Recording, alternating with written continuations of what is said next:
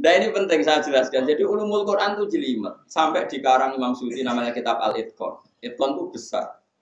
Sama Said Alawi, abahnya Said Muhammad diringkas. Namanya Zubdatul Itqan. Saya baca itu di pondok saya. Zubdatul Itqan oleh Said Muhammad diringkas lagi. Dibuat lebih mudah lagi. Namanya Al-Qawaid Al-Asasiyah fi Ulumil Quran. Dan itu kalau kita baca Itqan, maknanya Quran itu mudah sekali. Karena di situ diterangkan istimalul Arab. Tamhidul Arab lil Quran. Karena pasti dunia itu ada tamhid.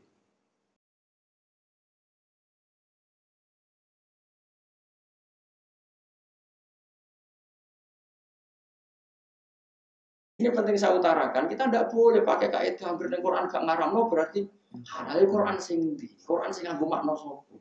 Quran apa Quranku? Nah Quranku orisinil waras. Quran itu kok terjemah itu tidak makili Quran karena tadi Quran itu hidup di satu peradaban dan peradaban ini sudah mapan. Nah ini di sini kenapa Allah mengistilahkan istrinya Fir'aun, istrinya Abu Lahab.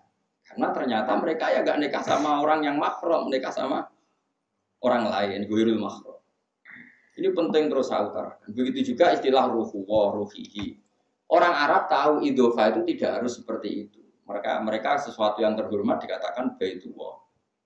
Paham ya? Berarti Bani Adam yang disebut khalifatullah. Terus sekarang misalnya kamu artikan secara terjemah, manusia adalah pengganti Allah di bumi. Mulane pangeran samelok-melok kan mesti genteni manusa. Terus pangeran saiki santai seturu kan mesti pasrahno manusa. Coba gedhe ngono ya ora ono. Ya pokoke pantes-pantese manusa berhubung keren disebut khalifatullah. Bono tambahane pranata agama ora roh wis pokoke nek ning Quran niku disebut khalifat. Ya sudah kira usah GR aku khalifatullah. Gak oleh ono mani aku. Aku iki jare wong liya. Harman samu kedok sekolah itu aku ya khalifatullah. Oh ya ora ono bare. Ini penting saya katakan ya. Jadi ngaji Quran itu aturannya sebagai mufassir itu harus ngerti istimalul Arab. Seorang lagi apa? Istimalul Arab. Makanya disebut wa innahu latanzilu rabbil alamin nazala bihir rohul amin ala qalbika litakuna minal munzirin wa bilisanin arabiyyin mubin. Quran itu diturunkan dengan istimalul Arab yang mubin yang jelas. Makanya kata Ibnu Jarir At-Tabari, kemudian di era-era modern dikatakan Syekh Mutawalli Sya'rawi, tidak ada orang kafir yang menyoal alif lam mim. Tapi kenapa sekarang banyak di kampus-kampus di kajian tafsir kita jangan putus asa mengetahui maknanya alif lam mim. Jangan kayak tafsir dulu yang hanya bilang Allahu a'lamu bimuradihi. Kita harus berani menafsirkan. Ora berani menafsirkan jadi berani nekat ya. Wong karuan ra kena diartekno kok dipaksa ro. Wong kafir sing gedeng Quran wae ra iso mencibir alif. Lah mergo ngerti penggunaan itu normal. Meskipun ora roh artine tapi penggunaan itu iya normal. Kayak saya ngomong, saya mengajarkan anak saya babi buba. Mukhatab tidak protes, Gus babi buba apa? Kalau ngomong yang jelas, ya berarti mukhatab bento, ora ono mukhatab mesti ya paham, benar? Saya ngajarkan anak saya A sampai ya maknanya ngajari detail. Itu diredaksikan A sampai ya sudah pasti di semua laga ini mesti ada istiqmal. Nah, wong kafir, andai kan alif lam mim itu penggunaan yang salah, pasti orang kafir bilang Muhammad, kata kamu Quran itu mubin, jelas. Tapi ini ada lafaz yang kamu sendiri tidak tahu maknanya. Ini apa-apaan? Enggak ada orang kafir protes seperti itu. Pokoknya gara-gara kuliah malah protes. Wong kafir, syarat era protes kok yang bedino sholat madhep ngalor ngidul malah. Apa-apaan? Malah Kanjeng Nabi Abdullah al-Miraq fil Quran kufur. Berdebat Quran itu kafir. Aku termasuk kiai-kiaian lah berani kafir-kafir. Lalu berkali-kali diundang jadi narasumber tafsir itu jarang dugi. Karena yang datang kadang-kadang sing takok itu wong bulat. Jadi takok bendarane cerdas. Padahal tambah takok tambah aku ora bodoh nih. Malah jarang takok gara-gara tambah gelo perkarane. Nah kon mulang gelem lho. Nah mulang kan ndekne ra iso tak isakno. Nak takok, nak debat kan kesannya kita banding. Mungkin edare raro, guna tafsir sawi raro, opo raro, roy terjemah terus ngajak debat aku. Ini apa-apaan kan kacau. Oh kacau. Gus menurut Anda gimana? Ada gini dia raro, foto. Ayat piro? Gak tahu pokoknya lo lagi. Gak tahu debat sing apa. Nggak sering kula kali. Tapi kalau ada satu area yang di situ banyak orang alim, terus tak tanya yang alim berapa, ya sih 40%, yang hafal Quran berapa 40%, sing lainnya biro orang lulus saya datang. Karena nak ngundang aku seminar gampang, pastikan gawe alim, aku teko. Yo ngaku alim mesti salah ya. Aku teko harus kayak Abu Nawas nih. Abu Nawas tuh gak seneng pidato. Dia suatu saat diundang pidato, dia tanya, hadirin, saya ini tidak bisa itu, mau ngomong, tapi tanya dulu, apa? Kamu orang pintar apa orang bodoh? Orang bodoh, aku mau ngomong bodoh, rugi, paling gak paham deh. Akhirnya, ya sudah nak, Abu Nawas, kita orang pintar, lah apa pintar jadi pidato? Akhirnya terus ngomong, iya. Separuh ngomong, aku mau bodoh, saya jauh sepakat. Separuh bodoh, separuh pinter. Ya sama, saya pinter aku perlu diomongin, saya bodoh rugi ngomongin berapa. Assalamualaikum warahmatullahi wabarakatuh. Itu meskipun guyon itu jadi ilmu. Sebetulnya potensi kita ngomongin orang ya dua itu. Nak pinter gunanya gua omong no rugi. Nak bodoh gua omong no ya orang paham. Makanya Bu Nawas tuh gak mau pidato. Dan sekarang pidato itu kan profesi, jadi gak penting lah paham gak paham. Tetap untung lah paham gak paham itu. Ya tapi masih yang ikhlasnya banyak. Yang pidato ikhlas ya banyak. Yang gak ikhlas mungkin lebih banyak. Nah ini penting saya jelaskan. Jadi ulumul Quran itu jelimet. Sampai di karang Imam Suyuti namanya kitab Al-Itqan. Itqan itu besar. Sama Said Alawi, abahnya Said Muhammad diringkas. Namanya Zubdatul Itqan. Saya baca itu di pondok saya. Zubdatul Itqan oleh Said Muhammad diringkas lagi, dibuat lebih mudah lagi, namanya Al-Qawaid Al-Asasiyah fi Ulumil Quran. Dan itu kalau kita baca Itqan, maknanya Quran itu mudah sekali karena di situ diterangkan istimalul Arab, tamhidul Arab lil Quran. Karena mas di dunia itu ada tamhid. Sehingga tadi orang-orang yang alim muji Rasulullah itu apa coba? Hafidhul ilahu karomatal di Muhammadin abahul amjada sonalismi tarokus sifah hafalam yusibkum aruhu. Semua babanya Nabi itu meninggalkan perzinaan. Padahal belum ada Islam. Tapi mereka tahu kalau zina itu buruk. Zina itu apa? Buruk. Dan yang baik itu nikah. Makanya mereka nikah semua. Sampai tahu nasabnya. Sayyidah Aminah binti ini. Sayyidah Khadijah itu. Semuanya terdaftar. Dan semuanya dikatakan suami istri. Dan gak ada yang nikah mahram. Lalu setelah sampean Islam kok malah makrom merah, lalu kiai kok rapal. Cek makrom itu kira, cek mikir. Mestinya ngotok, makrom itu 7, nak cari lah Jawa 5. Ini penting saya utarakan, sehingga nanti kalau ada lafaz-lafaz mutasyabihat, kamu bisa numpang lewat dengan kultur yang sudah ada, yang sudah Misalnya begini, ada Masodukul Lafti, ini contohnya Zakaria Al-Ansari. Di bab sholat itu batal dengan makan. Orang kalau makan sholat batal enggak? Batal. Itu yasduku membenar. Yasduku beneri sesuai kaidah. Upo sitok nenggone selilitan. Terus kok elek, batal enggak? Batal. Karena kamu sholat kok makan. Ya, padahal upo sitok. Oke, di bab sholat upo sitok dikatakan makan dan membatalkan sholat. Tapi di bab nyugoi tamu.